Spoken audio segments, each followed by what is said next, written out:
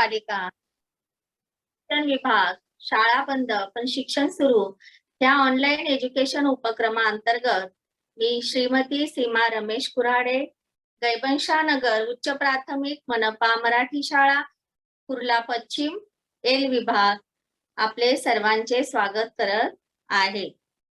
विद्यार्थी बालमित्रांनो, आजचा वार सोमवार 14 फेब्रुवारी 2022 आणि आज आपण विषय शिकणार आहोत इयत्ता 8वीचा गणित आणि आपला घटक आहे चक्रवाढ व्याज आणि उपघटक आपण बघणार आहोत की चक्रवाढ व्याजाच्या सूत्राचं उपयोजन म्हणजे दैनंदिन जीवनामध्ये त्याचा कसा उपयोग होतो हे आपण अभ्यासणार आहोत। त्याआधी आपण आपल्या सुविचार बघूया। आजचा सुविचार मी फळ्यावर लिहिलाय बघा, पैसे वाचवा, अडचणीच्या वेळी पैसे तुम्हाला वाचवतील। अतिशय साधा सोपा अर्थ आहे ह्या सुविचाराचा। बघा, आमच्या लहानपणी आम्हाला नेहमी आमच्या आजी आजोबा आई वडील सांगायचे की पै पै पैसा वाचवा, आम्ही हा संसार जो उभा केला हा पै पै पैसा वाचवून उभा केलेला आहे। त्यावेळेस त्याचा अर्थ आम्हाला कळत नव्हता। हळूहळू मोठे झाल्यानंतर ह्या पै पै पैसा साठवण्याचे महत्व कळू लागले आणि आता ह्या 2 वर्षात त्याचं महत्व अधिक कळलं। तर तुम्ही म्हणाल हे 2 वर्षातच का? तर बघा विद्यार्थी बालमित्रांनो, सध्या आपण कोविड-19च्या संकटातून जात आहोत। आता ते संकट थोडं थोडं कमी झाले, पण हे संकट 2 वर्षापूर्वी केवढं भयानक होतं याचा आपण सगळ्यांनी अनुभव घेतलेला आहे। आता पुढच्या महिन्यातच 2 वर्ष होतील आणि आपल्या देशामध्ये संपूर्ण लॉकडाऊन लावण्यात आलं।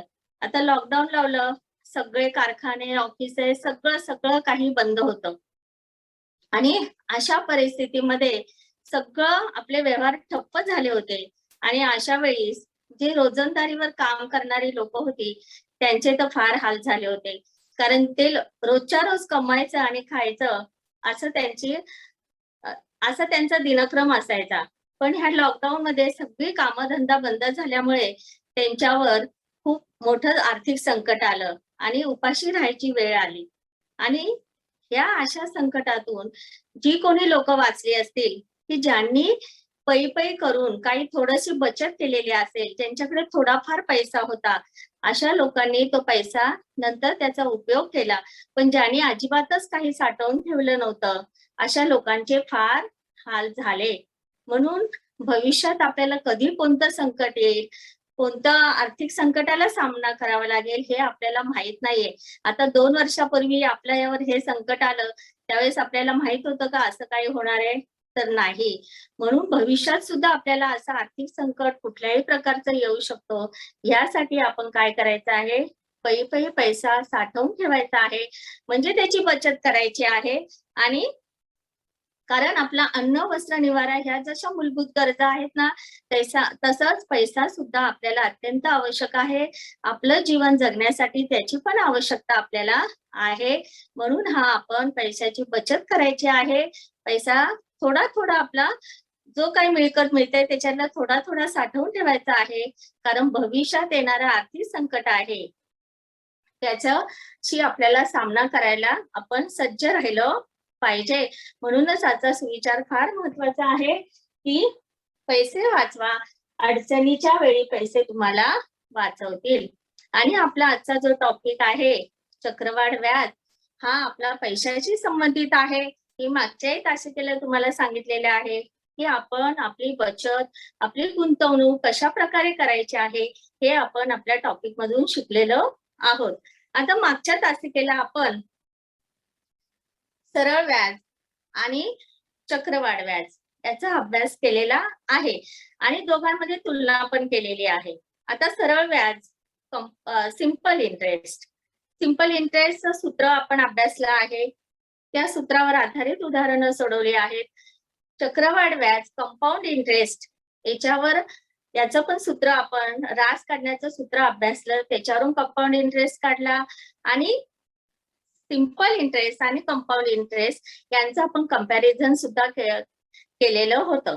की सिंपल इंटरेस्ट म्हणजे सरळ व्याज, सरळ व्याजामध्ये काय असतं की आपण एखाद्या बँकेतून किंवा पतसंस्थेतून कर्ज घेतलं किंवा आपली ठेव त्या ठिकाणी ठेवली तर ही कर्जाची किंवा ठेवीची जी अमाऊंट आहे त्याला काय म्हटलं जातं, मुद्दल म्हटलं जातं. आणि ही जी मुद्दल आहे ही मुद्दल प्रत्येक वर्षी आहे तीच राहिली जाते आणि बँक त्याच्यावर विशिष्ट दराने आपल्याला काय देते, व्याज देते किंवा आपल्याकडून व्याज घेते. ही मुद्दल प्रत्येक वर्षी सेम असते.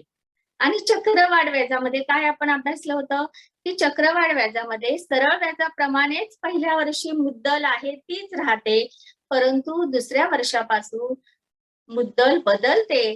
कारण आपण जे पैसे घेतलेले असतात, कर्ज म्हणून घेतलेले असतात, त्या पैशांवर जे काही व्याज असतं त्या व्याजावर सुद्धा व्याजाची आकारणी केली जाते. म्हणजेच थोडक्यात काय, पहिल्या वर्षाची जी रास येते ती दुसऱ्या वर्षाची मुद्दल होते. दुसऱ्या वर्षाची मुद्दल असते ही रास असते. दुसऱ्या वर्षाची जी पुन्हा रास येते ही तिसऱ्या वर्षाची मुद्दल असते. याचा आपण अभ्यास केलेला आहे. मग आता आपल्याला आपला जो आजचा उपघटक आहे चक्रवाढ व्याजाच्या सूत्राचे उपयोजन, application of formula for compound interest. आता दैनंदिन जीवनामध्ये ह्या कंपाऊंड इंटरेस्टचा आपल्याला काय फायदा होतो की दैनंदिन जीवनातील उदाहरणं सोडवण्यासाठी कंपाऊंड इंटरेस्टच्या सूत्राचा कसा उपयोग होतो हे आपल्याला शिकायचं आहे. मग याआधी आपल्याला कंपाऊंड इंटरेस्टचं सूत्र आधी आपण बघूया काय आहे ते. तर आपण कंपाऊंड इंटरेस्ट म्हणजे चक्रवाढ व्याजाच्या सूत्राने रास काढण्याचं सूत्र आपण मागच्या तासिकेला अभ्यासलं होतं. बघा काय होतं, की A is equal to T कंसामध्ये 1/1 अधिक R/100 कंसाचा n-वा घात असं सूत्र आपण अभ्यासलं होतं. याच्यामध्ये A म्हणजे अमाऊंट म्हणजे रास आहे, P म्हणजे काय, प्रिन्सिपल. बँकेमध्ये आपण जे पैसे कर्ज म्हणून बँकेकडून कर्ज म्हणून जे घेतलेले असतात ते पैसे किंवा ठेव म्हणून ठेवलेले असतात ते पैसे म्हणजेच प्रिन्सिपल अमाऊंट आहे. काही ठराविक दराने बँक आपल्याला पैसे देते, फुकट पैसे वापरायला देत नाही. तो दर आपण R ने दाखवतो आणि किती वर्षासाठी पैसे घेतले ते आपण N ने, नंबर ऑफ इयर्स N ने दाखवतो. ह्या सूत्राचा आपण अभ्यास केलेला आहे. आणि ही A म्हणजे काय आहे की ही रास आहे, म्हणजे पूर्ण लोन आपण पेड केल्यानंतर ती मुद्दल आणि त्याच्यामध्ये व्याज मिळवून जी अमाऊंट येते ती A म्हणजे रास असते. आणि ह्याच्यावरूनच आपण कंपाऊंड इंटरेस्ट काढलेला होता. कंपाऊंड इंटरेस्ट म्हणजेच काय, ही रास आणि त्याच्यातून जी आपली प्रिन्सिपल अमाऊंट आहे, जे आपले मुद्दल आहे ती वजा करतो आणि आपल्याला कंपाऊंड इंटरेस्ट मिळतं. हे आपण अभ्यासलेलं आहे. मग आता ह्या दैनंदिन जीवनामध्ये ह्या सूत्राचा उपयोग कसा करायचा, तर आपल्या आजूबाजूला ना अशी भरपूर उदाहरणं असतात की ती आपण चक्रवाढ व्याजाने सोडवत असतो, पण आपल्याला त्याची कल्पना नसते की हा हे चक्रवाढ व्याजाने सोडवतोय हे आपल्याला माहीत नसतं. आता मी तुम्हाला उदाहरण सांगते की बघा गोशाळा असते. गोशाळा म्हणजे तिथे गायींचं पालन पोषण करून ठेवलेले असतात आणि त्या विकण्यासाठी त्या गायी तिथे एकत्रित ठेवलेल्या असतात. तर अशी एखादी गोशाळा आहे, त्याच्यामध्ये समजा वर्षाच्या सुरुवातीला 75 गायी आहेत. किती गायी आहेत बघा, 75 गायी आहेत. आणि प्रत्येक वर्षी या गायी आहेत 15% वाढतात. प्रत्येक वर्षी 15% वाढतात. तर वर्षाच्या 2 वर्षाच्या शेवटी त्या गोशाळेमध्ये किती गायी असतील असा प्रश्न असतो. बघा, पहिल्या वर्षी 75 गायी होत्या, प्रत्येक वर्षी गायी 15% वाढतात. म्हणजे हे पहिलं वर्ष असेल, पहिलं वर्ष, ह्या पहिल्या वर्षी गायी किती टक्क्यांनी वाढल्या, 15% वाढल्या. जी काही इथे संख्या येईल आपल्याला माहित नाही, आपल्याला कॅल्क्युलेशन करायचं नाही, आपल्याला फक्त आधी समजावून घ्यायचं आहे.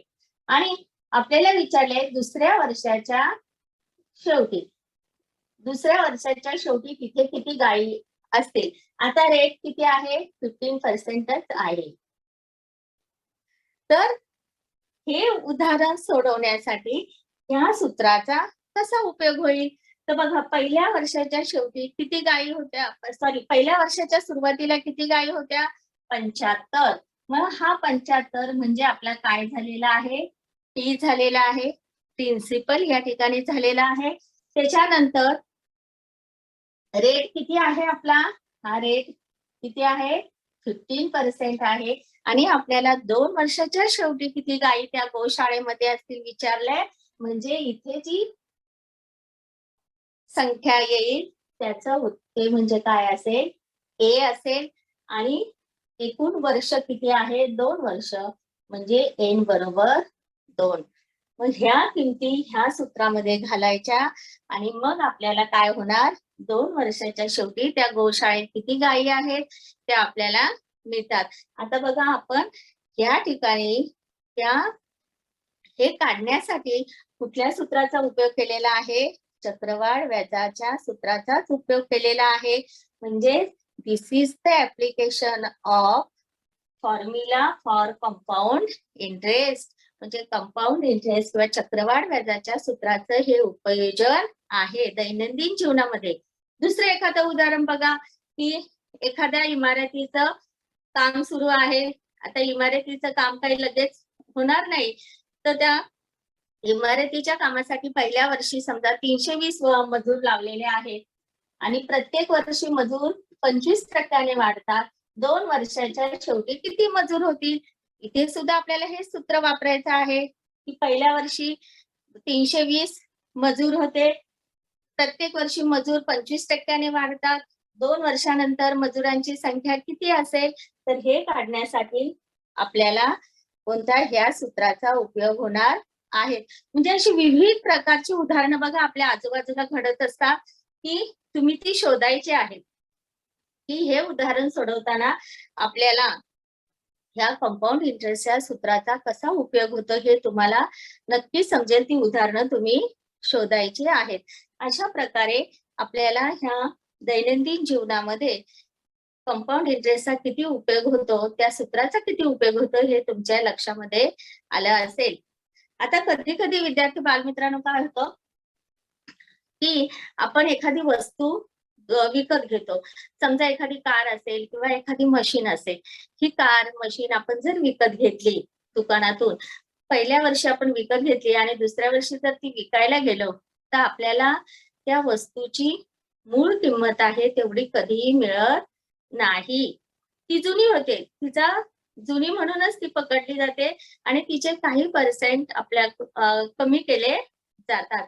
मग अशी एखादी वस्तू आपण विकत घेतली, समजा आपण कार विकत घेतली आणि 1 वर्षाने विकायला गेलो, तर आपली जी खरेदी किंमत आहे त्या खरेदी किमतीपेक्षा आपल्याला पैसे कमी मिळतात. मग ही वस्तूच्या किमतीमध्ये काय होते? घट होते. त्याला काय म्हणतात? घट किंवा घसारा. काय म्हणतात? घट किंवा घसारा. समजा एखादी मशीन सुद्धा विकत घेतली, दुकानातून एखादी मशीन विकत घेतली.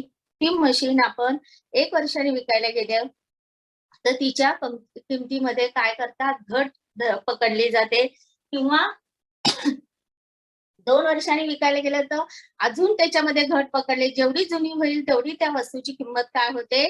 कमी होते. आणि यालाच घट किंवा घसारा किंवा इंग्लिशमध्ये त्याला म्हणतात डिप्रिसिएशन. लक्षात आलं तुमच्या? डिप्रिसिएशन म्हणजे एखादी वस्तू असेल, त्या वस्तूची किंमत ठराविक मुदतीनंतर काय होते? कमी होते. आणि ती कमी होणारी जी किंमत आहे म्हणजे त्याला काय म्हणतात? घट किंवा घसारा असं म्हटलं जातं.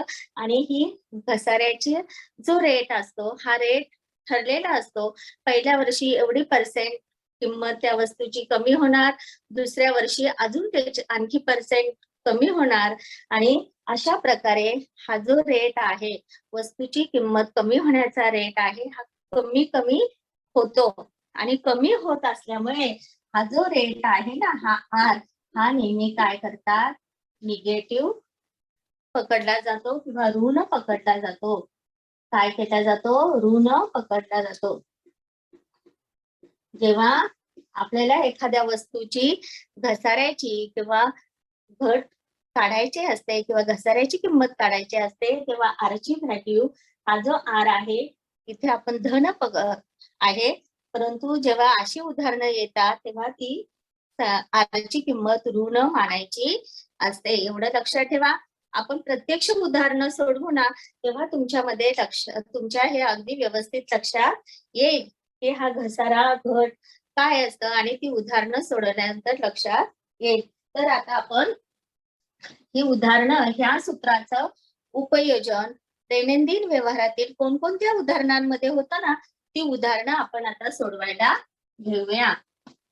आणि तुम्ही नीट जरा ऑब्झर्वेशन करा आजूबाजूला, आणि आपल्याला हे उदाहरण या पद्धतीने सोडवता येईल का, चक्रवाढ व्याजाचा सूत्राचा उपयोग करून जरा त्याचा अभ्यास करा, म्हणजे तुम्हाला अधिक समजेल. तर आता आपण आपलं उदाहरण सोडवायला घेऊया. पहिलं उदाहरण आहे, मी आता इथेच लिहिते. एका उड्डाणपुलाच्या, बघा, एका उड्डाणपुलाच्या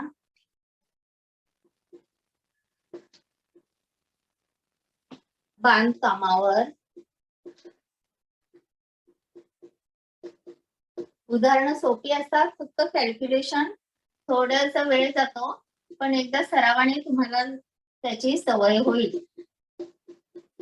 एका उड्डाणपुलाच्या बांधकामावर सुरुवातीला 320 मजूर होते. दरवर्षी 25% मजूर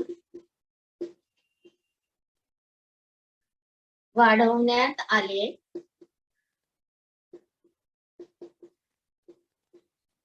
तर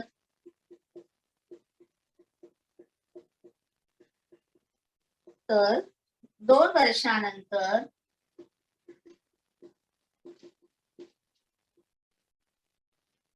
त्या कामावर किती मजूर असतील. बघा, सोपं उदाहरण आहे. दिलेलं उदाहरण अगदी व्यवस्थित वाचून घ्यायचं आणि मग काय काय गोष्टी दिलेल्या आहेत ते अभ्यासायचं. किती मजूर असतील. आता बघा, एका उड्डाणपुलाच्या बांधकामावर सुरुवातीला 320 मजूर होते. दरवर्षी 25% मजूर वाढवण्यात आले. तर 2 वर्षानंतर त्या कामावर किती मजूर असतील. बघा, आता या ठिकाणी काय दिलेले आहे, सुरुवातीचे मजूर आपल्याला दिलेले आहेत. आता हे सुरुवातीचे मजूर आहेत. हे सुरुवातीचे मजूर आपण लिहून घेऊया. ही सूत्र इथे दिलेली आहेत वरती. आता बघा, सुरुवातीचे मजूर म्हणजे आपले काय ना, ती किती झाले, 320. किती झाले, 320. दरवर्षी मजूर किती टक्क्याने वाढतात, 25%. म्हणजे इथे आर ची व्हॅल्यू किती आली बघा, आर ची व्हॅल्यू किती आली, 25%. ओके. आणि आपल्याला विचारतं काय आहे, 2 वर्षानंतर त्या कामावर किती मजूर असतील. 2 वर्ष म्हणजे एन बरोबर किती झाले, 2 वर्ष. लक्षात येते ना तुमच्या. आणि त्या कामावर 2 वर्षानंतर किती मजूर असतील, म्हणजे आपल्याला व्हॅल्यू कशाची काढायची आहे, ए ची काढायची आहे. लक्षात आलं तुमच्या. आधी गणित व्यवस्थित वाचायचं, दिलेल्या ज्या गोष्टी आहेत त्या लिहून घ्यायच्या आणि नंतर सूत्राचा उपयोग करायचा. आता आपलं सूत्र काय आहे, A is equal to T multiplied by 1 plus R divided by 100 whole bracket चा इथे एन घात. आता पी ची व्हॅल्यू किती आहे, 320. दिलेल्या किमती अगोदर घालून घ्या.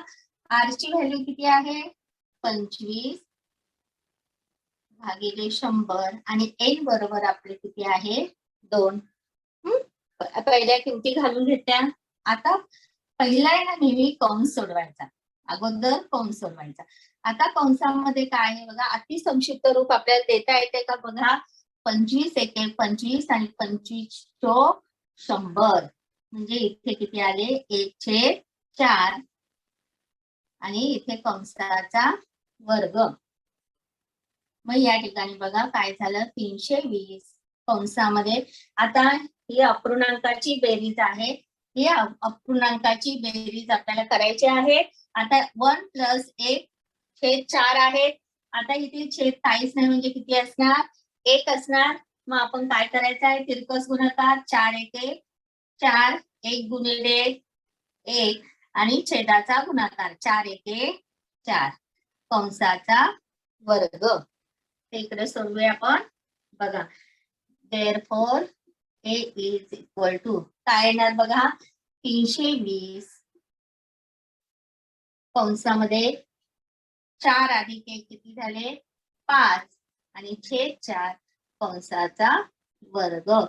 आता या ठिकाणी बघा, 5/4 कंसाचा वर्ग आहे. 2चा वर्ग असेल, 3चा वर्ग असेल तर ती संख्या आपण 2 वेळा लिहितो. तसंच इथे काय करायचं आहे, 5/4 आपण किती वेळा लिहायचे, 2 वेळा लिहायचे. बघा, आता अतिसंक्षिप्त रूप देता येते का ते बघा. काय, 4 1 4 4 8 32 0. पुन्हा आता ह्या 4 4 1 4 4 2 8 आणि 0 किती आले, 20 गुणिले 5 गुणिले 5. हे आलं 20 आता काय, 20 किती येणार, 100 आणि 100 गुणिले 5 किती झाले, 500. म्हणजे ए ची व्हॅल्यू या ठिकाणी किती आलेली आहे, 500 आलेली आहे. म्हणजे ए म्हणजे काय होते, आपले हे 2 वर्षानंतर कामावर किती मजूर असतील ते होते. हवं तर तुमच्या लक्षात राहण्यासाठी इथे लिहून ठेवा की एका उड्डाणपुलाच्या सुरुवातीला 320 मजूर होते. हे काय होते, सुरुवातीचे मजूर. हे होते सुरुवातीचे मजूर. आणि ए म्हणजे काय आहे, नंतरचे मजूर, 2 वर्षानंतरचे मजूर. आले की नाही लक्षात. तर आपल्याला 2 वर्षानंतरचे मजूर किती मिळाले आहेत बघा या ठिकाणी, 500. म्हणजे अगोदर 320 होते, दरवर्षी 25% मजूर वाढले आणि 2 वर्षानंतर त्या बांधकामावर किती मजूर असतील, 500 मजूर असतील. उत्तर पूर्ण करायचं. 2 वर्षानंतर त्या कामावर 2 वर्षानंतर उड्डाण पुलाच्या कामावर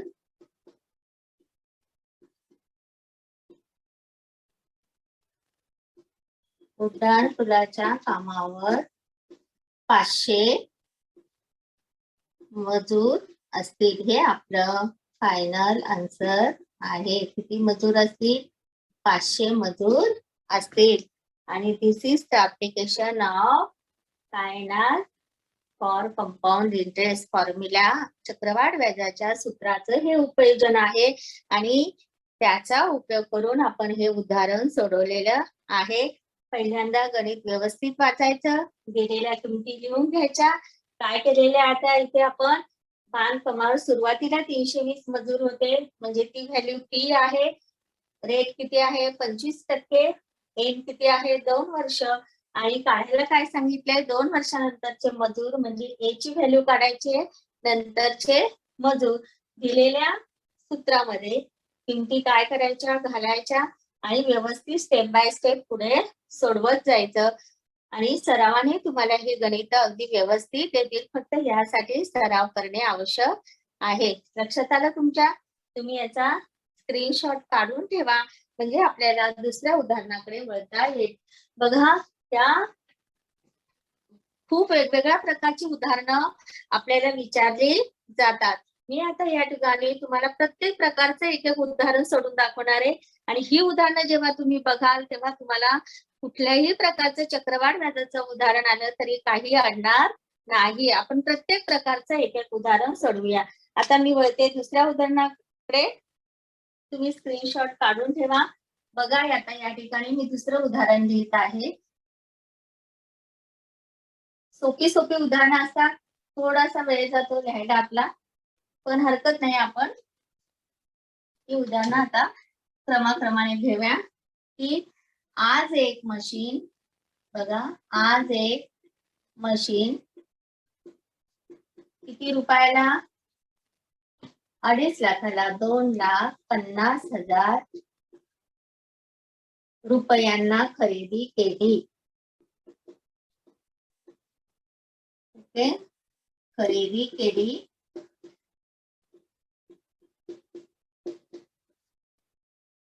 घसाऱ्याचा दर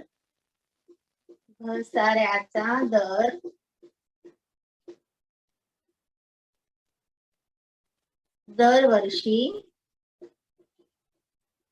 10% असल्यास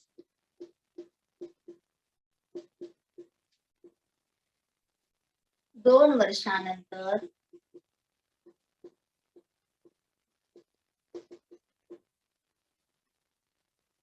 मशीनची किंमत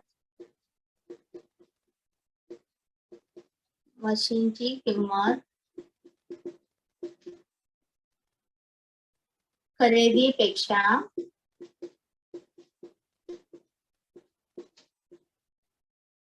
किती कमी होईल?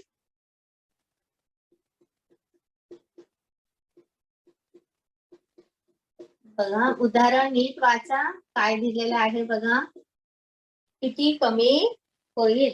तर या ठिकाणी काय आहे, आज एक मशीन 2,50,000 म्हणजे 2.5 लाख रुपयांना आपण खरेदी केली.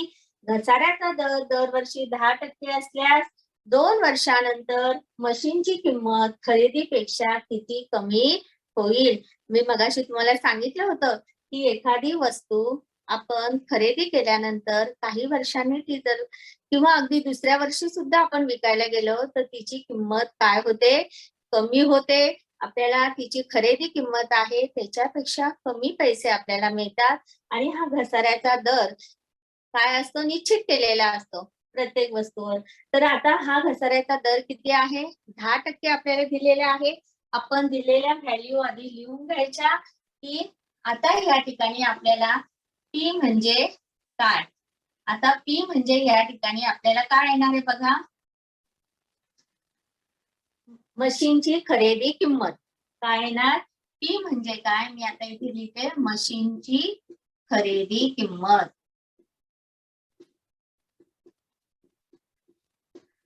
पी म्हणजे काय? आपली मशीनची खरेदी किंमत. आणि ही खरेदी किंमत आपली किती आहे? 2,50,000 रुपये आहे. लिहून घ्यायचे. किती आहे? 2,50,000 रुपये आहे. घसाऱ्याचा दर दरवर्षी किती? 10% दिलेला आहे. आता ह्या ठिकाणी अशा प्रकारचं उदाहरण सोडवताना आता काय करायचं आहे बघा, तर आपल्याला वस्तूची किंमत कमी होते म्हणून घसाऱ्याचा दर ऋण घ्यायचा हे मी मगाशी सांगितलं होतं. तर आपण ते लिहूया. वस्तूची किंमत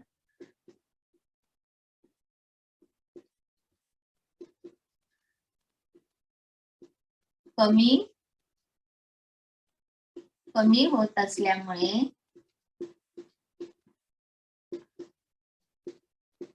वस्तूची किंमत कमी होत असल्यामुळे घसाऱ्याचा किंवा घट दर ऋण घेतात. लक्षात आले की नाही तुमच्या? वस्तूची किंमत कमी होत असल्यामुळे घसाऱ्याचा दर ऋण घेतात. मग आपला हा जो दर आहे 10% दिलाय तो काय येणार आहे रे? ऋण 10%. काय येणार? ऋण 10% येणार. लक्षात आलं तुमच्या? आणि दरवर्षी 10% असतात 2 वर्षानंतर. म्हणजे इथे किती आहे? 2 वर्ष येणार. आता आपल्याला या ठिकाणी मशीनची किंमत खरेदीपेक्षा किती कमी होईल हे काढायला सांगितलेलं आहे. परंतु त्याच्या आधी आपल्याला कसली व्हॅल्यू काढावी लागणार आहे? ए ची, वस्तूची विक्रीची किंमत आपल्याला पहिली काढावी लागणार आहे. ए. याची आपल्याला काय करायची आहे, किंमत काढायची आहे, विक्रीची किंमत. आणि मग त्याच्यानंतर खरेदीपेक्षा किती कमी झाली हे आपल्याला पुढे बघायचं आहे. पहिलं ए म्हणजे किती, म्हणजे त्या वस्तूची विक्रीची किंमत किती होणार आहे ते आपल्याला पहिलं काढायचं आहे, विक्रीची किंमत. लक्षात आलं. आता सूत्र हेच वापरायचं आहे. आता या सूत्रामध्ये दिलेल्या किमती आपण टाकून घेऊया आणि बघा पुढे काय होतं. टी बरोबर आपल्या किती आहे, 2,50,000 1 प्लस आर, इथे रेस टू एन. आता आर ची व्हॅल्यू किती आहे आपली, -10. लक्षात घ्या, हे जर मायनस आपल्या या ठिकाणी चुकलं तर आपलं पुढे सगळं गणित चुकेल. म्हणून गणित नीट वाचा. घसारा दिला आहे, डिप्रिसिएशन दिलेला आहे, रेटची व्हॅल्यू निगेटिव्ह येणार. मग आता इथे divided by 100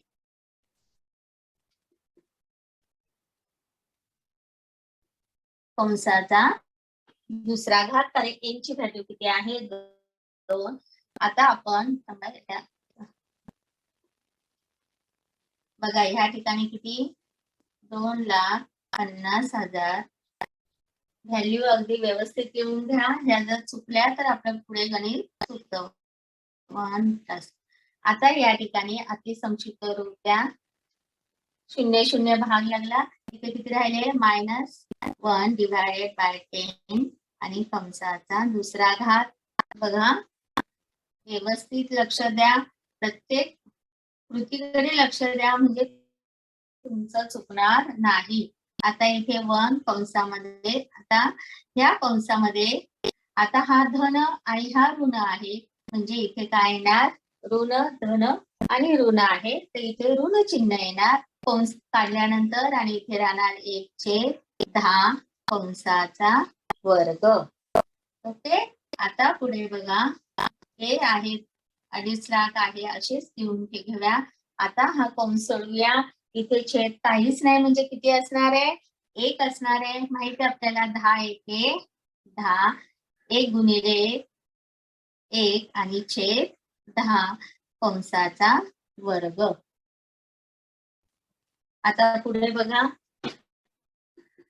therefore A is equal to किती येणार, हे 2.5 लाख आहे, असेच लिहा सुरुवातीला.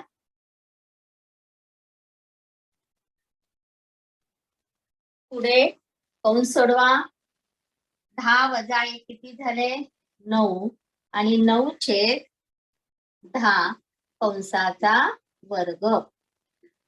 आलं लक्षात. आता पुढे बघा काय होणार,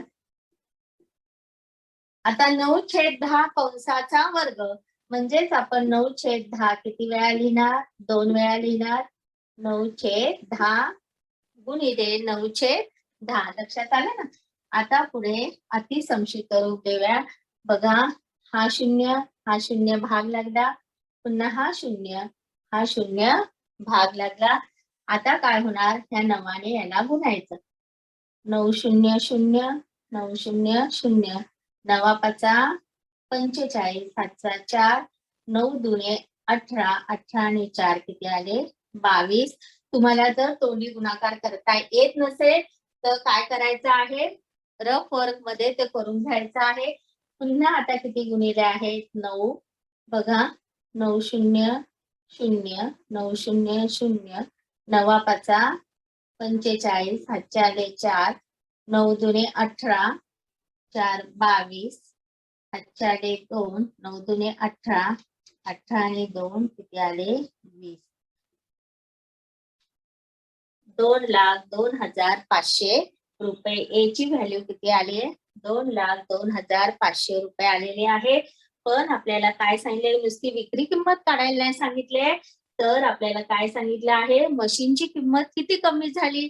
मशीनची खरेदी किंमत आपली किती होती, 2.5 लाख रुपये होती. विक्री किंमत इथे मशीनची किती आलेली आहे, म्हणजे 2 वर्षानंतर कमी झालेली आपली ही किंमत आपल्याला काढायची आहे. पण विक्रीची किंमत किती झालेली आहे इथे, 2,02,500 रुपये. मग आपल्याला मशीनची कमी झालेली किंमत काढायची आहे. बघा, मग मशीनची कॅल्क्युलेशन अगदी व्यवस्थित करून घ्यायचं म्हणजे चुकणार नाही. मशीनची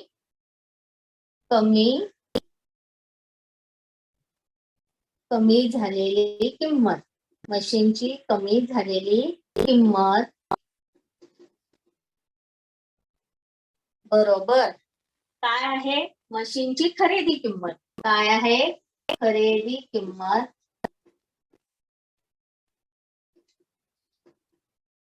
वजा तिची काय आहे? विक्री किंमत.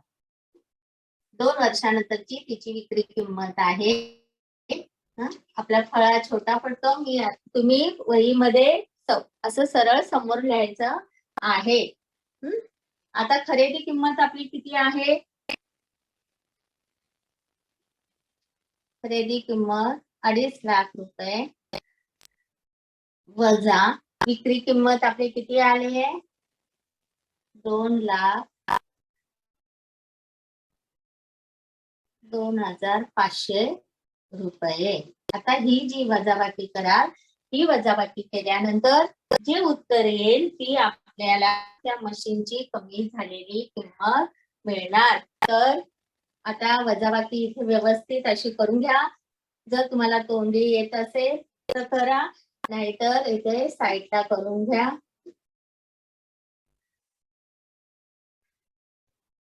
वजाबाकी करताना आधी व्यवस्थित लिहा. 0 0 5 2 0 20 एका खाली एक. काही विद्यार्थ्यांना वरच्या संख्येमध्ये 0 आले की जरा वजाबाकी करताना गोंधळ होतो, तर तो गोंधळ होऊन देऊ नका. अगदी व्यवस्थित वजाबाकी करायची आहे. 0तून 0 0 5 7 4 2 गेले 0 अशी वजाबाकी इथे करून घ्या. 47,500 रुपये किती आले? 47,500 रुपये. 0तून 0 0तून 0 आपण इकडे काय करणार आहे? आधीच्या संख्येतून एक दशक घेतो, त्याप्रमाणे वजाबाकी तुम्ही करायची आहे. आता तेवढा वेळ आपण घालवत नाही. आपण ही वजाबाकी 8वीचे विद्यार्थी आहात, तुम्हाला वजाबाकी येते म्हणून डायरेक्ट उत्तर लिहिलं 47,500 रुपये. म्हणजे मशीनची खरेदीपेक्षा किती किंमत कमी झाली?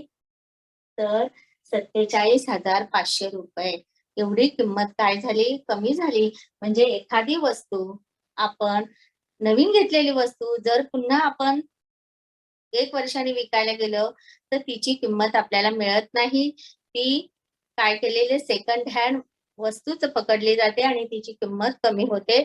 लक्षात आलं तुमच्या? बघा, दिला आहे म्हणून वस्तूची किंमत कमी होत असल्यामुळे घसाऱ्याचा दर ऋण घेतात. हा ऋण घ्यायचा. 2 वर्ष दिलेले होते. आपल्याला विक्रीची किंमत काढायची होती. विक्रीची किंमत काढल्यानंतर आपल्याला कमी झालेली किंमत मिळाली.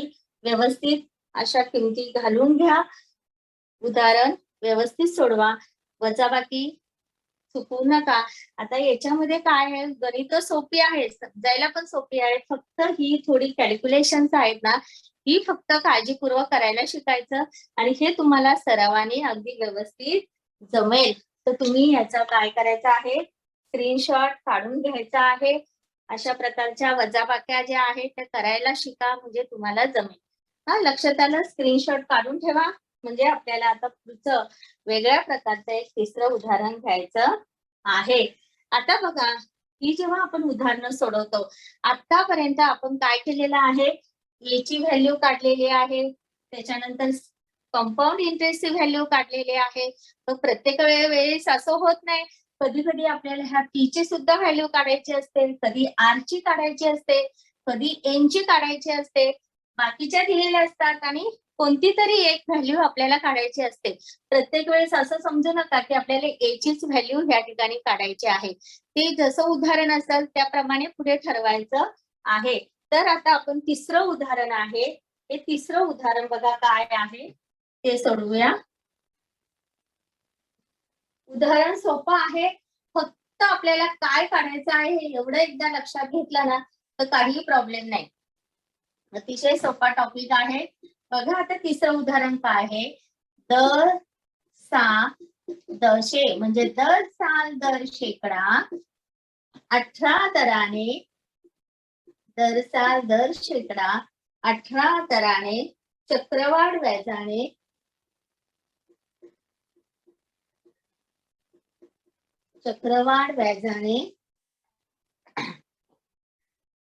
एक मुद्दलाची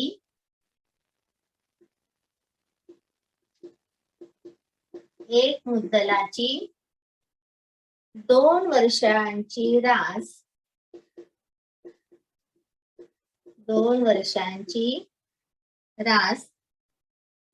13,924 रुपये 13,924 रुपीज आहे. तर मुद्दल किती? बघा या ठिकाणी कशाची व्हॅल्यू काढायला सांगितले आहे ते जरा नीट लक्ष द्या. आता गणित व्यवस्थित वाचायचं आणि दिलेल्या किमती आधी लिहून घ्यायच्या आणि काय काढायला सांगितलं आहे ते बघायचं. बघा या ठिकाणी दर साल दर शेकडा 18 दराने चक्रवाढ व्याजाने एक मुद्दलाची. आता एक मुद्दल म्हणजे आपल्याला इथे मुद्दल माहित नाहीये. एक मुद्दलाची 2 वर्षाची रास दिली आहे पण आपल्याला मुद्दल माहित नाही. म्हणजे या ठिकाणी काय काढायचं आहे तर बघा पहिला आता अगदी क्रमाने लिहूया. पहिला आर किती आहे आपला दर साल दर शेकडा किती आहे 18 आहे. 18 दराने चक्रवाढ व्याजाने एक मुद्दलाची म्हणजे आपल्याला मुद्दल पी ची व्हॅल्यू आपल्याला माहित नाहीये. 2 वर्षांची म्हणजे n इज इक्वल टू 2 वर्ष. असं वाचत लिहायला शिका आणि मग तुम्हाला कळेल की कशाची किंमत काढायची. आता दिलेली काय आहे रास. ए ची व्हॅल्यू आपल्याला दिलेली आहे. अमाऊंट किती आहे 13,924 रुपये. ओके. आता जेव्हा असं गणित असतं तेव्हा दिलेल्या किमती काय करायच्या लिहून घ्यायच्या आणि सगळ्यात आधी पहिलं सूत्र लिहायचं.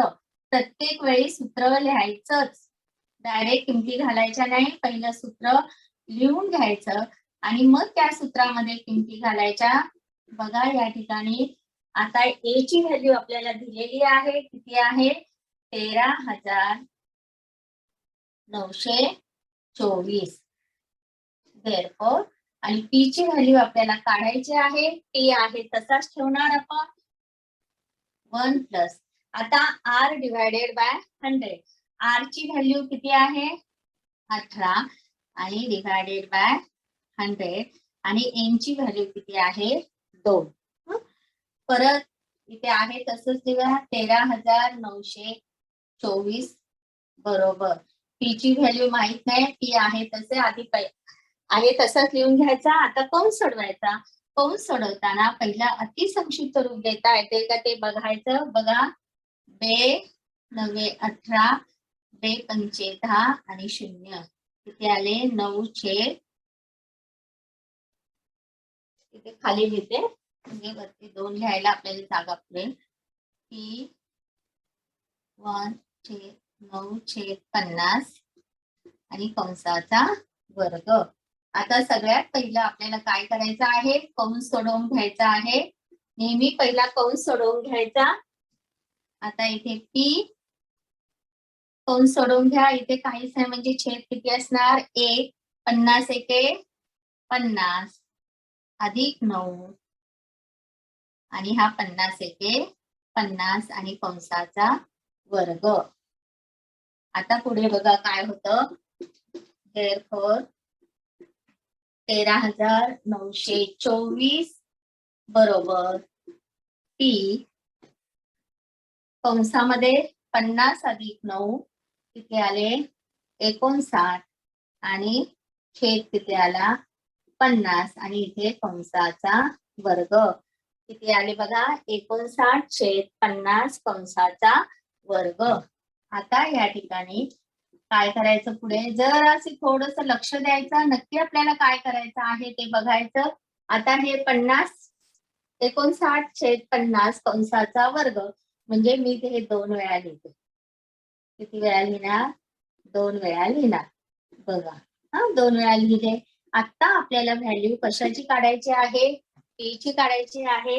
मग पी ची व्हॅल्यू काढायची. मग पी च्या सोबत ज्या संख्या आहेत त्या संख्या आपल्याला काय करा, बरोबर चिन्हाच्या डावीकडे आणायच्या आहेत. समीकरण आपण शिकलोय बघा, समीकरणाचा सुद्धा उपयोग इथे होतो की ह्या संख्या आपल्याला डावीकडे आणायच्या आहे. मग डावीकडे आणायच्या म्हणजे जशाच्या तशा आणतो का आपण, नाही. समीकरणाच्या दोन्ही बाजूला जेव्हा क्रिया करतो, जर उजव्या बाजूची संख्या धन असेल ती उजवीकडे नेली तर ऋण होते, इकडची संख्या ऋण असेल ती ऋण असेल, बरोबर चिन्हाच्या दुसऱ्या बाजूकडे नेले तर ती धन होते. तसंच गुणाकार असेल तर भागाकार होतो, भागाकार असेल तर गुणाविरुद्ध क्रिया होतात, लक्षात घ्या. तर मग आता या ठिकाणी काय आहे, 13,924. आता हे 59/50 आहे, हे बरोबर चिन्हाच्या इकडे आणले तर ते काय होणार, 50/59 गुणिले 50/59 अंश आणि छेदाची काय होणार, आदला बदल होणार. लक्षात आलं तुमच्या, अंश आणि छेदाची काय होते, आदला बदल होते. आता या ठिकाणी सर्वात महत्वाचा प्रश्न आहे अतिसंक्षिप्त रूप देणं. आता 59 ही संख्या आहे, मूळ संख्या आहे, कोणाच्या पाड्यामध्ये येत नाही. मग आपल्याला 59चा पाडा तयार करायचा. मग त्याने अतिसंक्षिप्त रूप द्यायचं, हे 13,924 ला भागायचं. मग त्यापेक्षा एक सोपी पद्धत मी तुम्हाला सांगते की हे अशा उदाहरणांमध्ये काहीतरी ट्रिक असते ती आपण वापरायची आहे. आता हा 59 आहे, या 59चा आपण वर्ग करूया.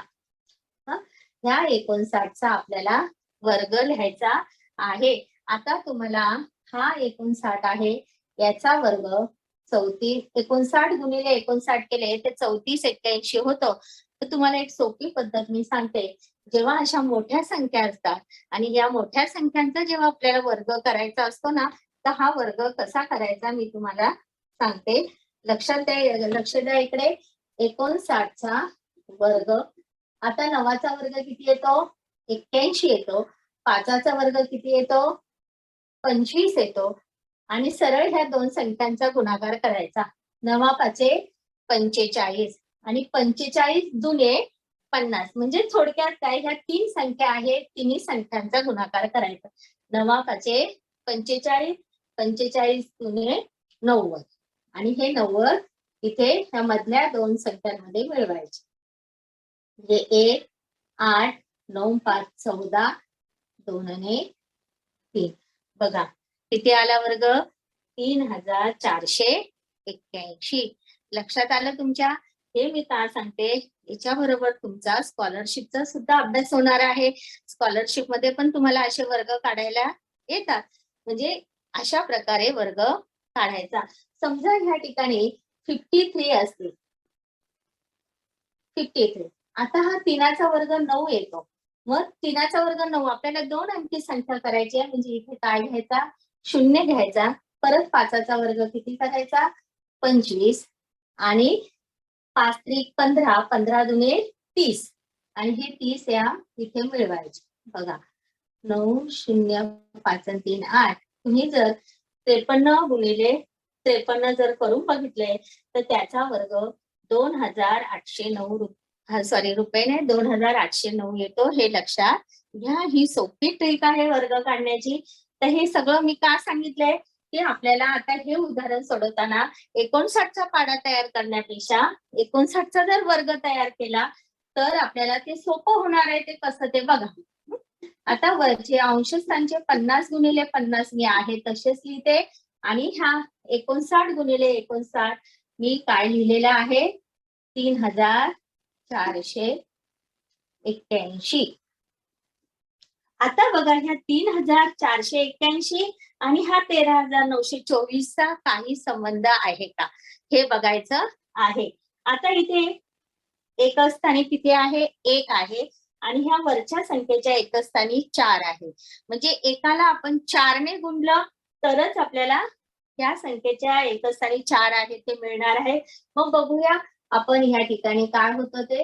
ह्या संख्येला आपण 2 ने गुणून बघूया. 2 एके 2 2 आठी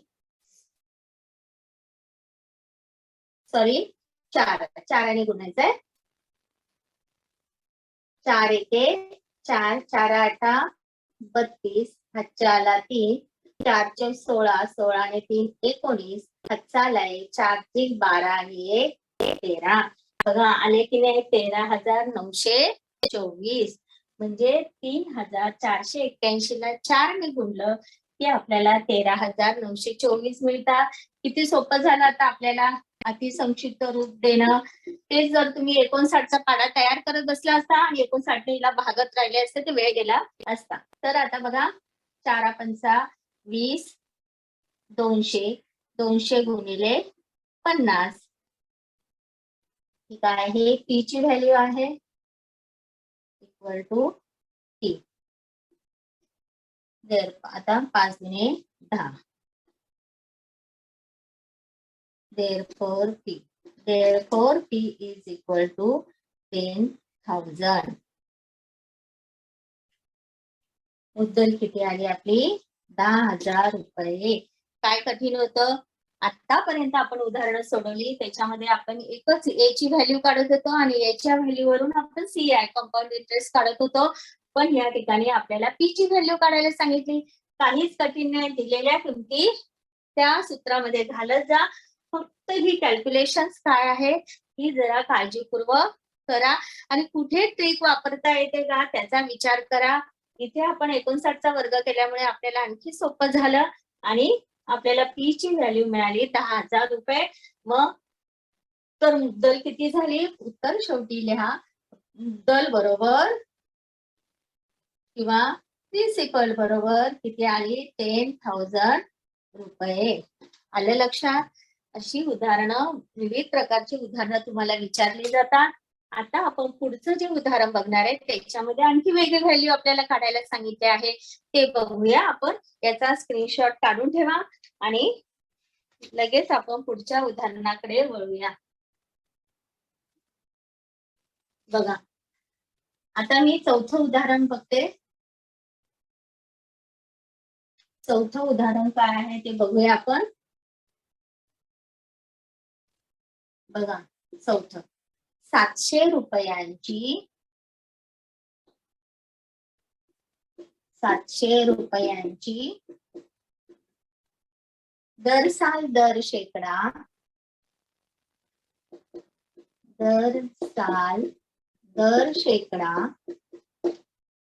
10 दराने किती वर्षात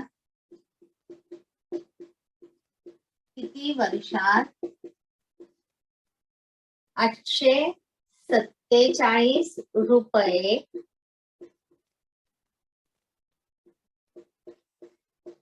त्रास होईल. बघा हे आणखी वेगळ्या प्रकारचं उदाहरण आहे परंतु हे पण सोपं आहे. आता हे उदाहरण मी पुसते. हे लक्ष द्या तुम्ही. हे कॅल्क्युलेशन कसे केले हे वर्ग कसे काढायचे ही सोपी ट्रिक आहे. लक्षात ठेवा. स्कॉलरशिपला फार उपयोगाची होईल. तर स्कॉलरशिपला आपल्याला नेहमी पटकन उत्तर काढायचं असतं. ट्रिक आपल्याला माहित असल्या पाहिजे. तर आता हे उदाहरण बघूया. हे सुद्धा अतिशय सोपं आहे. फक्त दिलेल्या किमती कोणकोणत्या आहेत त्या पहिले आपण लिहून घेऊया आणि कोणती काढायची आहे ते बघूया आपण. 700 रुपयाची दर साल दर शेकडा 10 दराने. मग 700 रुपये म्हणजे इथे पी म्हणजे किती झाले 700 रुपये. ओके.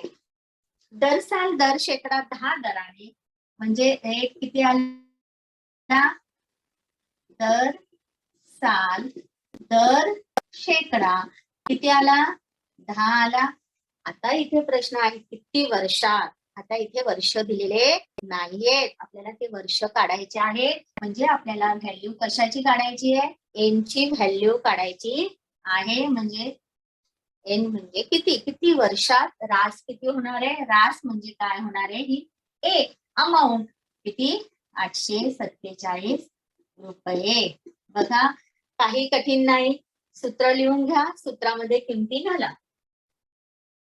अगदी व्यवस्थित फक्त काळजीपूर्वक उदाहरणं सोडवा. टी कंसामध्ये 1 अधिक R/100 आणि कंसाचा n वा घात. आता या ठिकाणी ए किती दिलेले आपल्याला? 847 रुपये. पी ची व्हॅल्यू किती आहे? 701. आर ची व्हॅल्यू किती आहे? दर साल दर शेकडा 10 भागिले 100. आणि एन ची व्हॅल्यू किती आहे रे? आपल्याला माहित नाही. माहित नाही म्हणून आपण एन आहे तसाच लिहिणार. आता पुढे बघा, आता इथे बरोबरचं चिन्ह आहे ना, मग इकडे आपण देअरफॉर साइन द्यायची. पुन्हा इकडे बरोबरचं चिन्ह द्यायचं नाही. बरोबरची चिन्ह देअरफॉरची साइन देत राहा. याला सुद्धा परीक्षेला मार्क्स असतात, त्यामुळे ती चिन्ह विसरायची नाही. आता बघा, या ठिकाणी सगळ्यात पहिलं काय करायचं असतो? नेहमी पहिला कंस सोडून घ्यायचा असतो. आता इथे अतिसंक्षिप्त रूप 10 किंवा 10 100 किंवा हा 0 कॅन्सल झाला. इथे किती राहिले? 1/10 कंसाचा n वा घात. ओके. आता देअरफॉर 847 बरोबर 700 आणि पुन्हा तिरकस 10 एके 10. इथे छेदस्थानी काही नाही म्हणजे तो किती असणार? 1 असणार. 1 गुणिले 1 आणि 10 एके 10 कंसाचा n वा घात. बघा या ठिकाणी therefore 847 is equal to 700 in bracket 10 plus 1 11 divided by 10 आणि कंसाचा n घात. तुम्हाला थोडं वाटलं असेल आता इथे n घात आपण पुढे करायचं कसं, पण अतिशय सोपं आहे. बघा पुढे अतिशय सोपं आहे. मजा येईल तुम्हाला ही उदाहरणं सोडवताना. 847. आता इथे बरोबर चिन्हाच्या उजवीकडचा आहे 700 आहे, ते आपण इकडे डावीकडे आणणार. ते गुणिले आहेत. इथे कुठलंही चिन्ह नसलं म्हणजे गुणिले असतं. मग हे गुणिले आहेत. डावीकडे आणल्यानंतर काय होणार? भागिले. ओके. आणि उजवीकडे काय राहणार? 11/10 कंसाचा n घात. देअरफॉर आता इथे अतिसंक्षिप्त रूप द्यायचं आहे. बघा अतिसंक्षिप्त रूप काय येतं? 7 एके 7 आणि हा 0 7 भागल्यावर 7 एके 7 7 गुणे 14 आणि 7 एके 7. किती आले? 7 भागल्यानंतर किती आले? 121/100 बरोबर 11/10 कंसाचा n घात. आता या ठिकाणी बघा 121/100 आहे. आता इथे पुन्हा आपल्याला अतिसंक्षिप्त रूप देता येणार नाही. 121 प्राईम नंबर आहे, मूळ संख्या आहे. पुढे आपल्याला पुढे काही नाही, प्राईम नंबर नाही. 11च्या पाड्यामध्ये येतात 100. प्राईम नंबर नाही, पण 10 100 आपल्या 11च्या पाड्यामध्ये येत नाही. मग आता पुढे अतिसंक्षिप्त रूप द्यायच्या भानगडीत सुद्धा पडायचं नाही. नीट निरीक्षण करायचं. हा 121 आणि हा 100 यांच्याकडे नीट निरीक्षण करायचं. आता हा 121 आहे, हा कोणाचा वर्ग आहे रे? 11चा वर्ग आहे. आणि हा 100 कोणाचा आहे? 10चा वर्ग आहे. आलं लक्षात? आणि इथे 11/10 कंसाचा n घात. आता आपण घातांकाचे नियम शिकलेलो आहोत.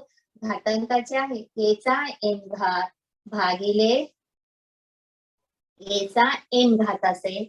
सॉरी, a चा m घात छेद b चा m घात असेल तर आपण काय लिहितो? दोन्ही एका कंसामध्ये a छेद b कंसाचा m घात. हा घातांकाचा नियम माहितीये. a चा m घात छेद b चा m घात, a छेद b कंसाचा m घात. तसंच आपण इथे लिहूया 11/10 आणि कारण इथे दुसरा घात आहे, इथे दुसरा घात आहे, सारखाच आहे. मग आपण काय लिहूया? इथे दुसरा घात बरोबर 11/10 कंसाचा n घात. आता ह्या ठिकाणी बघा काय दिसतंय तुम्हाला? इथे हा जो पाया आहे इथे 11/10 आहे आणि इथे सुद्धा 11/10 आहे. म्हणजे दोन्हीकडे पायासारखा आहे, बरोबर चिन्हाच्या दोन्ही बाजूकडे लेफ्ट साइड आणि राईट साइडला पायासारखा आहे. पायासारखा आहे, मध्ये बरोबरचं चिन्ह आहे, म्हणजे यांची व्हॅल्यू काय असणार आहे? सेम असणार आहे. हे तर नक्की आहे. जेव्हा बरोबरचं चिन्ह आपण वापरतो तेव्हा डावी बाजू आणि उजवी बाजू यांची किंमत सारखी असते. मग इथे पायासारखा आहे, मग हे घातांक सुद्धा काय येणार? सारखे, म्हणजे 2 इज इक्वल टू n. म्हणजे n ची व्हॅल्यू या ठिकाणी किती आली बघा?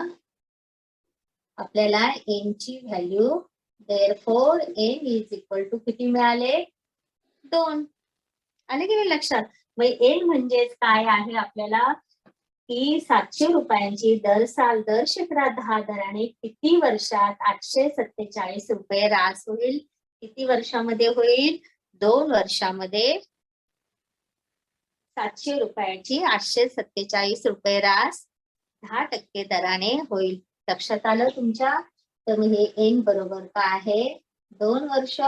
उत्तर लिहिताना व्यवस्थित लिहा की 700 रुपयांची दर साल दर शेकडा 10 दराने 2 वर्षात 847 रुपये रास होईल.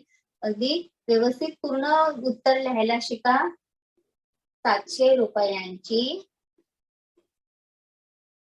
दर साल दर शेकडा 10 दराने किती वर्षात? 2 वर्षात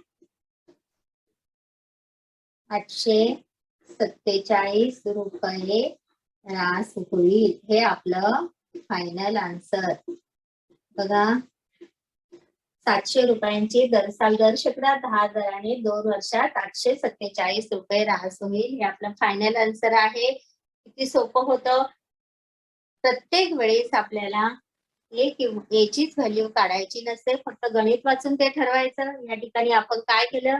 दिलेल्या किमती पहिल्या लिहून घेतल्या. 700 रुपये मुद्दल, आर दर साल दर शेकडा 10, एन ची व्हॅल्यू काढायची होती. ई ची व्हॅल्यू आपल्याला 847 दिली, रास दिलेली आहे. किमती घालायच्या, व्यवस्थित उदाहरण सोडवायचं आणि प्रत्येक वेळेस अति संक्षिप्त रूप देताना एक गोष्ट लक्षात ठेवायची की आपल्याला पुढे काही ह्याच्यामध्ये काहीतरी ट्रिक वापरता येईल का? आणि ह्या गणितांमध्ये ट्रिक वापरता येणं फार महत्वाचं आहे. कुठली ट्रिक वापरता येईल? आता इथे बघा, 121/100 आले. 121 11चा वर्ग आहे, 100 10चा वर्ग आहे. म्हणजे ही डावी बाजू उजव्या बाजू यांच्यामध्ये काहीतरी संबंध असणार आहे. तो संबंध आपल्या लक्षात आला आणि यांची व्हॅल्यू आपल्याला किती मिळाली? 2 मिळाली. लक्षात आलं तुमच्या? याचा स्क्रीनशॉट काढून ठेवा. मग आपण पुढचं अजून एक उदाहरण बघणार आहोत की ह्या उदाहरणामध्ये आणखी आपल्याला वेगळी व्हॅल्यू काढायची आहे. आता हे उदाहरण काय आहे ते बघा. उदाहरण वाचल्यानंतर तुमच्या लक्षामध्ये येईल. आता हे 5वं उदाहरण. अशी वेगवेगळ्या प्रकारची गणित असतात, फक्त ती तुम्हाला ना शोधायची असतात की काय याच्यामध्ये आहे, आपल्याला काय काढायचं आहे. बघा उदाहरण,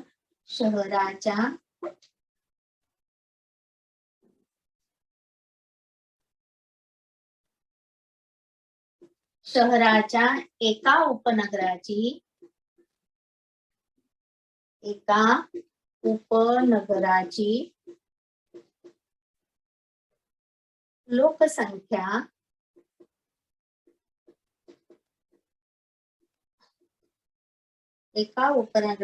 लोकसंख्या विशिष्ट दराने वाढते.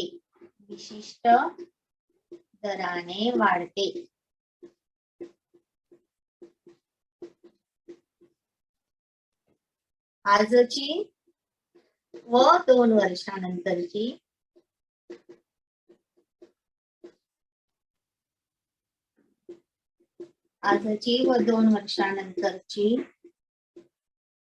लोकसंख्या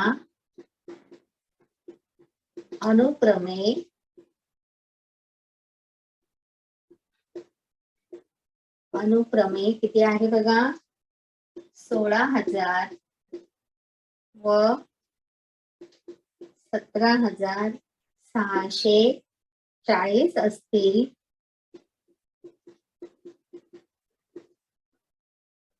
तर लोकसंख्या वाढीचा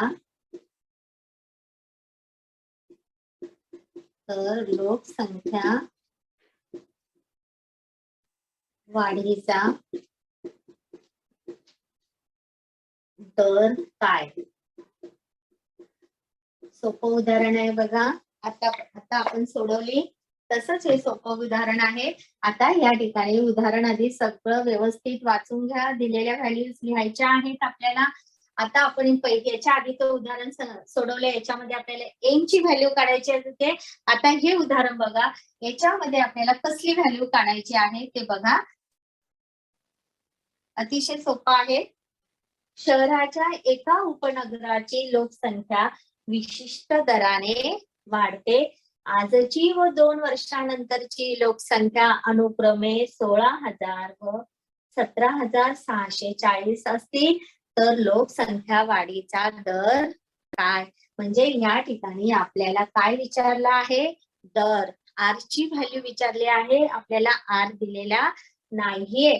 तर मग या ठिकाणी आपले पी बरोबर काय आहे? 2 वर्षानंतरची लोकसंख्या अनुक्रमे दिली आहे, म्हणजे पहिल्या वर्षाची ही लोकसंख्या आहे. म्हणजे पी म्हणजे काय येणार? इथे लिहूया आपण हवं तर. पी म्हणजे पहिल्या वर्षाची लोकसंख्या, पहिल्या वर्षीची लोकसंख्या किती आहे? 16,000. म्हणजे पी ची व्हॅल्यू किती आली या ठिकाणी? 16,000. ओके. आणि नंतर किती आहे? ए ची व्हॅल्यू दिलेली आहे. ए ची व्हॅल्यू 2 वर्षानंतरची लोकसंख्या, म्हणजे ही ए ची व्हॅल्यू दिलेली आहे.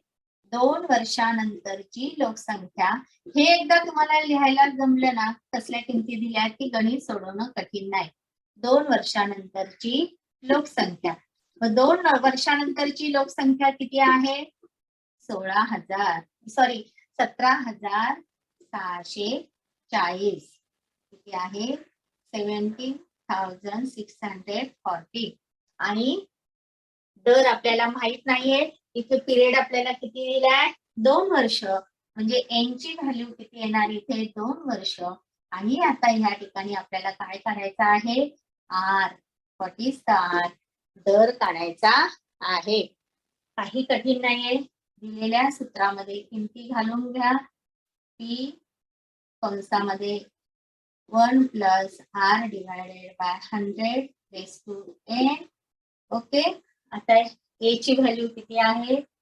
17,640. पी ची व्हॅल्यू किती आहे? 16,000 आणि 1. आता आपल्याला आर माहित नाहीये. मी नेहमी तुम्हाला सांगत आले, पहिला कंस सोडवा. आता इथे आपण कंस कसं सोडवणार? आपल्याला आर ची व्हॅल्यू माहितच नाहीये. मग आपण आहे तसाच ठेवणार तो कंस आणि एन ची व्हॅल्यू किती आहे? 2 लिहिणार. ओके. आता या ठिकाणी आपण काय करणार?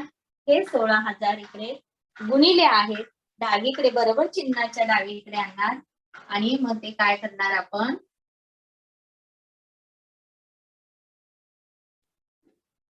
हे काय करणार? इकडे आणल्यानंतर भागिले होणार. 17,640 भागिले 16,000. ओके. आणि उजवी बाजू आहे तशीच राहणार. 1 + r/100 कंसाचा वर्ग. आता हे आपल्याला सोडवायचं आहे. आता या ठिकाणी बघा, अति संक्षिप्त रूप द्यायचं आहे. बघा इथे 0 0. मग किती राहिले बघा या ठिकाणी? 1764 1764 आणि भागिले 16. सॉरी, 1600 1600. आणि उजवी बाजू आपली आहे तीच राहिली.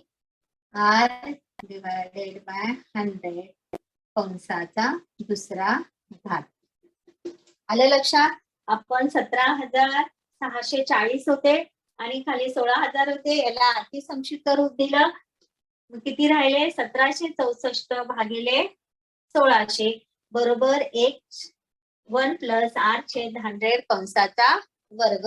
आता या ठिकाणी सुद्धा काय करायचं आहे बघा, नीट निरीक्षण करायचं आहे आणि डायरेक्ट अतिसंक्षिप्त रूप द्यायला जाऊ नका. आधी बघा की हा 1600 आहे.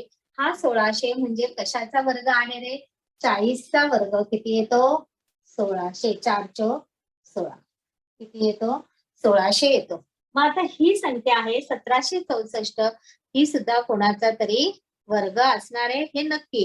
कारण अशा प्रकारच्या गणितांमध्ये हे अशी ट्रिक वापरायची असते. आता जर आपण 40चा वर्ग 1600 आहे, मग त्याच्या पुढची संख्या 41 घेतली तरी पण 41च्या एक स्थानी 1 आहे. 1 गुणिले 1 येणार. पण इथे आपले किती आहे? 4. मग हा 42चा वर्ग आहे का बघायचं. तर हा 42चा वर्ग आहे. 42चा वर्ग किती आहे? 3764. मगाची ट्रिक वापरली मी तुम्हाला. तर मगाच्या ट्रिकने जरी केलं तरी आपल्याला 42चा वर्ग 1764 येणार. 4चा वर्ग 16, 2चा वर्ग 4, 4 दुने 8, 8 दुने 16 ते त्याच्यामध्ये मिळवले. आता तुम्हाला ट्रिक माहिती आहे, त्या ट्रिकने हे उदाहरण घरी प्रॅक्टिस करा. किती आहे? 42चा वर्ग 1764. मग आपण हे 1764 म्हणजे 42चा वर्ग लिहिणार. 1600 म्हणजे कोणाचा लिहिणार? 40चा वर्ग लिहिणार. आणि पुढे पुन्हा 1 प्लस r छेद 100 कंसाचा दुसरा घात. आले लक्षात? आता पुन्हा इथे घातांकाचा नियम वापरणार. हे 42/40 आहे. हे आपण काय लिहूया? 42/40. 42चा वर्ग छेद 40चा वर्ग आहे. ते एका कंसात घालून इथे वर्ग लिहूया. अधिक r भागिले 100 कंसाचा वर्ग. आलं लक्षात? आता या ठिकाणी पुढे आपण सोडवूया.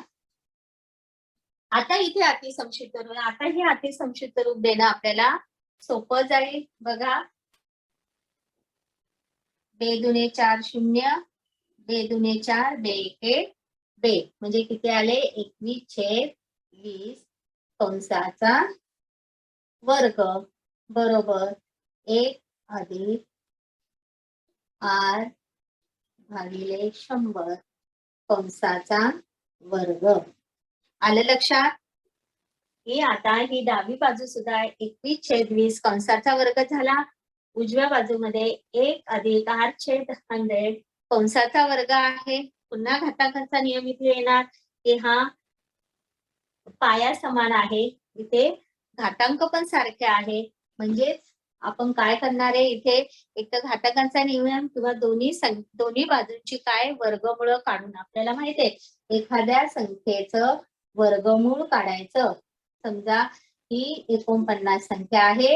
या 49 आपण वर्गमूळ काढतो. म्हणजे ही 49 ला वर्गमूळ म्हणजे 1/2 दोनने गुणतो आणि हे 2 2 कॅन्सल राहतात. किती?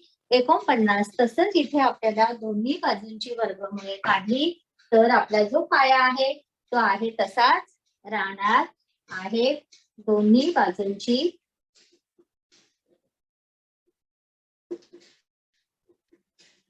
वर्गमुळे काढून बघा, दोन्ही बाजूंची वर्गमुळे काढून किंवा घातांकाचा नियम वापरला. घातांक सारखे आहेत म्हणजे इथे बरोबरचे चिन्ह आहे म्हणजे पाया सुद्धा काय येणार? सारखा येणार. 21/20 बरोबर 1 अधिक r छेद 100. आता आपल्याला r ची व्हॅल्यू काढायची आहे. आता हे 2 2 गेले, वर्गमूळ काढली. आता पुढे काय होणार बघा? 21/20 हा 1 प्लस आहे तो बरोबर चिन्हाच्या डावीकडे आणूया. म्हणजे काय होणार? वजा r छेद 100. आता आहे अपूर्णांकाची वजाबाकी. 21 20 एके 20/20 बरोबर r छेद 100. आता पुढे बघा, 21 मधून 20 गेला, किती राहिल्या? 1 1/20 बरोबर r छेद 100. आता हा 100 भागिले आहे इकडे आणल्यानंतर आपल्याला आरची व्हॅल्यू काढायची आहे, म्हणजे आरच आपण उजव्या बाजूला ठेवणार फक्त. मग हा 100 इकडे आणला काय होणार, 1/20 गुणिले 100 बरोबर आर. देअरफॉर मग आता बघा या ठिकाणी 20 एके 20, 20 100. मग आपला आर किती आला, 5. आर किती आला, 5. बघा काय सांगितलं होतं, शहराच्या एका उपनगराची लोकसंख्या विशिष्ट दराने वाढते. आजची व 2 वर्षानंतरची लोकसंख्या अनुक्रमे दिलेली आहे. तर लोकसंख्या वाढीचा दर काय, तर लोकसंख्या वाढीचा दर किती आहे, 5 आहे. म्हणजेच तो किती, दरसाल दर शेकडा 5. दरसाल दर शेकडा असं तुम्ही पूर्ण लिहायचं आहे. दरसाल दर शेकडा 5 दराने लोकसंख्या वाढते. काय केलं या उदाहरणामध्ये आपण, की दिलेल्या ज्या व्हॅल्यू आहेत त्या व्हॅल्यू व्यवस्थित आपण काय करायच्या आहे, लिहून घेतलेल्या आहेत. लोकसंख्येचा दर आपल्याला काढायचा होता आर. 2 वर्षांची अनुक्रमे लोकसंख्या अशी दिली आहे, म्हणजे ही पहिल्या वर्षाची, ही नंतरची 2 वर्षानंतरची लोकसंख्या आहे. त्या किमती लिहून घेतल्या आपण. इथे दिलेल्या सूत्रामध्ये किमती घातल्या. इथे इथपर्यंत आपल्या स्टेप झाल्यानंतर अतिसंक्षिप्त रूप देण्यापेक्षा यांच्यामध्ये ह्या दोन संख्यांमध्ये काय संबंध आहे का तो शोधायचा. आपण काय केलं, 1600 म्हणजे कोणाचा वर्ग, 40चा वर्ग काढला. म्हणजे 1764 आहे, म्हणजे त्या दरम्यानच कोणाचा तरी तो वर्ग असणार. आपल्याला 40च्या दरम्यान कुठेतरी तो वर्ग असणार. 40 पेक्षा तर लहान नक्की नसणार, मग 40 पेक्षा मोठा असणार. मग 41 बघितला तर 41चा वर्ग नाहीये, कारण एकच स्थानी एक आहे. मग आपण कोणाचा शोधला, 42चा शोधला. ट्रिक वापरून वर्ग तयार करायला शिका, पटकन मिळतील. मग हा 42चा वर्ग घातांकाचा नियम वापरला, एका कंसामध्ये लिहिलं. मग पुढे ही दोन्ही बाजूंची वर्गमूळ काढली, ही व्हॅल्यू मिळाली 21/20. आणि आपल्याला आरची व्हॅल्यू काढायची होती, म्हणून आपण आरची व्हॅल्यू काढली. म्हणजे लोकसंख्या वाढीचा दर किती झाला, 5. दर शेकडा 5 दराने लोकसंख्या काय होते, वाढते. बघा विद्यार्थी बालमित्रांनो, आपण 5 उदाहरणं सोडवली आहेत. सगळी तुमच्या पुस्तकातली उदाहरणं आहेत आणि प्रत्येक वेगवेगळ्या प्रकारचं उदाहरण मी सोडवून घेतलेलं आहे. तुम्ही जर याच्यावर नीट घरी प्रॅक्टिस केली, 30 उदाहरणं पुन्हा रिवाइज केली ना, तर तुम्हाला पुस्तकातली उरलेली सर्व उदाहरणं अगदी व्यवस्थित सोडवता येतील. म्हणजे आज आपण या application of formula for compound interest म्हणजे चक्रवाढ व्याजाच्या सूत्राचं उपयोजन दैनंदिन व्यवहारामध्ये उदाहरणं सोडवण्यासाठी कसं करता येतं हे आपण बघितलेलं आहे. अशा प्रकारची विविध प्रकारची उदाहरणं विचारता, फक्त तुम्हाला ते ओळखता आलं पाहिजे. आता हा आपण कंपाऊंड इंटरेस्ट शिकतो, तुम्हाला माहिती आहे हे कंपाऊंड इंटरेस्टच आहे, पण परीक्षेला जेव्हा पेपरमध्ये उदाहरण येतं, हे उदाहरण नक्की कंपाऊंड इंटरेस्ट आहे की सिंपल इंटरेस्ट आहे हे तुम्हाला समजलं पाहिजे. ते समजलं की मग उदाहरणं सोडवणं काही कठीण नाहीये. आता तुम्हाला किती समजले हे मला जरा जाणून घ्यायचं आहे. त्यासाठी मी तुम्हाला एक उदाहरण देणार आहे आणि मला ते सांगायचं आहे. मी जे प्रश्न विचारेल ते प्रश्नांची उत्तरं तुम्ही द्यायची आहेत. ओके, आता ह्याचा स्क्रीनशॉट काढून ठेवा आणि आपण आता आपल्या मूल्यमापनाकडे वळूया. बघा आता हे जे मूल्यमापन आहे, त्या मूल्यमापनामध्ये मी फक्त तुम्हाला एक गणित देणार आहे आणि मला सांगायचं आहे काय कसं सोडवायचं ते तुम्ही सांगायचं आहे. मूल्यमापन. आता ह्या मूल्यमापनामध्ये बघा एक उदाहरण मी इथे फळ्यावर लिहिते. एका मेंढपाळाकडे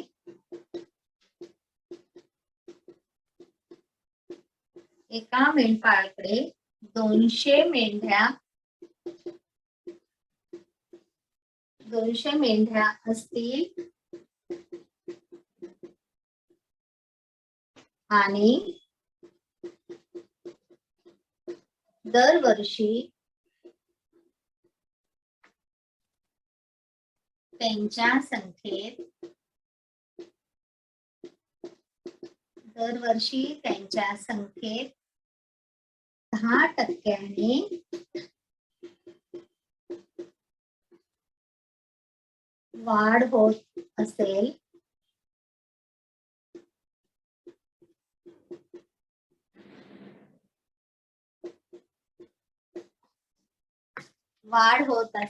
तर 2 वर्षानंतर, एक वेळ मी पूर्ण उदाहरण व्यवस्थित वाचा, असेल तर 2 वर्षानंतर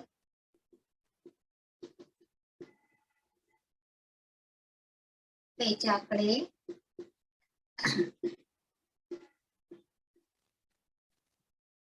किती मेंढ्या असतील. उदाहरण वाचायचं आहे आणि मला याच्यामध्ये कोणती व्हॅल्यू कुठे घ्यायची ते मला सांगायचं आहे.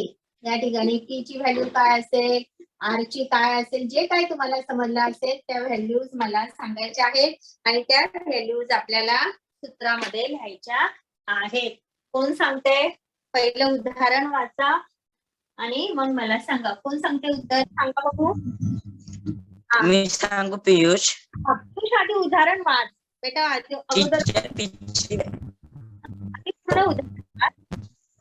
एका मेंढपाळाकडे 200 मेंढ्या आणि दरवर्षी त्याच्या संख्येत 10% वाढ होत असेल तर 2 वर्षानंतर त्याच्याकडे किती मेंढ्या असतील? किती मेंढ्या असतील. आता याच्यात कशाची किंमत काय घेणार तुम्ही उदाहरण सोडताना ते मला सांगायचं आहे. वापरायचं आहे. मग आपण ची काय व्हॅल्यू घेणार, याची काय घेणार ते मला सांगायचं आहे. तुम्ही कोणाची व्हॅल्यू किती घेणार ते सांगायचं आहे. सांगा बघू. टीचर पी ची 200. पी ची काय येणार म्हणजे आधी सांगा तुम्ही. मेंढपाळाकडे 200 मेंढ्या असतील म्हणजे सुरुवातीच्या मेंढ्या. सांगताना असं सांगा, सुरुवातीच्या मेंढ्या. डायरेक्ट 200 नका सांगू, सगळ्यांना समजलं जाईल. सुरुवातीच्या मेंढ्या. सुरुवातीच्या मेंढ्या किती आहे? 200. पुढे कशाची व्हॅल्यू घेणार सांग तू. नंतर टीचर सांग. मी रेट घेणार. ओके चालेल. आर रेट म्हणजे काय? आर मध्ये रेटचा काय व्हॅल्यू काय? 10%. 10%. 10%. गुरुवारी मारलं. पुढे कशाची व्हॅल्यू? टीचर एनची एन नंबर ऑफ इयर. किती येणार आहे एनची व्हॅल्यू? 2 वर्ष. 2 वर्ष. ओके. आणि आपल्याला काढायची कशाची आहे व्हॅल्यू? अमाऊंटची. अमाऊंट म्हणजे ए ची. म्हणजे अमाऊंट म्हणजे काय रे? अमाऊंट म्हणजे गणितामध्ये काय आहे? काय अमाऊंट म्हणजे ह्या उदाहरणात अमाऊंट कुठली आहे? काय अमाऊंट काय आहे? टीचर 2 वर्षानंतर त्याच्याकडे जेवढ्या मेंढ्या असतील त्या. ते म्हणजे काय आहे? अमाऊंट. 2 वर्षानंतरच्या मेंढ्या. 2 वर्षानंतरच्या मेंढ्या किती आहे? तर अमाऊंट ए ची व्हॅल्यू काढायची आहे. मग आता सूत्र सांग मला कुठलं वापरणार? सूत्र टीचर मी सांगू पियुष. सांग. A is equal to very good. P bracket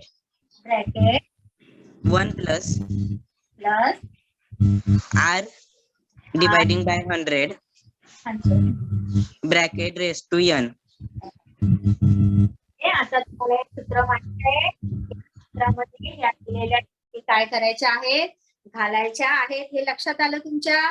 आणि गृहपाठामध्ये हेच उदाहरण तुम्ही काय करायचं आहे? सोडवायचं आहे. त्या किमती घालायच्या आणि हे उदाहरण काय करायचं आहे? सोडवायचं आहे. आणि त्याचबरोबर आपल्याला गृहपाठ जो आहे त्या गृहपाठामध्ये बघा 14 पॉइंट सराव संच 14.2 सोडवा. आता हा जो गृहपाठ आहे ह्या गृहपाठामध्ये 14.2 मध्ये एकूण 10 उदाहरणं आहेत. 10 उदाहरणांपैकी 5 उदाहरणं मी सोडवून घेतले. 6वं हे मी तुम्हाला कोणत्या किमती घ्यायच्या हे सगळं सांगितलेलं आहे. हे सोडवायचे फक्त उरलेले आहेत 4 उदाहरणं. ही उदाहरणं सोडवायच्या आधी सगळ्यात पहिलं काय करायचं आहे ही जी सोडवलेली उदाहरणं आहे ती पुन्हा पुन्हा सोडवण्याचा प्रयत्न करायचा आहे, म्हणजे उरलेली उदाहरणं तुम्हाला काही कठीण जाणार नाहीत. लक्षात आलं? म्हणजे अशा प्रकारे आज आपण चक्रवाढ व्याजाच्या सूत्राचं उपयोजन दैनंदिन जीवनामध्ये कसं करता येतं आणि त्याच्यावर आधारित कशी उदाहरणं सोडवायची हा घटक बघितलेला आहे. या ठिकाणी हा आपला चक्रवाढ व्याजाचा टॉपिक संपलेला आहे. आता आपण पुढच्या आठवड्यामध्ये नवीन टॉपिक सह भेटणार आहोत. आजचा टॉपिक तुम्हाला नक्कीच समजला असेल अशी मी आशा करते. त्या आयुषने जी उत्तरं दिली त्याच्यावरून त्याला कुठल्या किमती काय घ्यायच्या हे नक्की समजलेलं आहे असं सगळ्या विद्यार्थ्यांना समजलं असेल असं मी गृहीत धरते. माझा पाठ तुम्ही अगदी शांतपणे ऐकून घेतला त्याबद्दल धन्यवाद. Have a good day.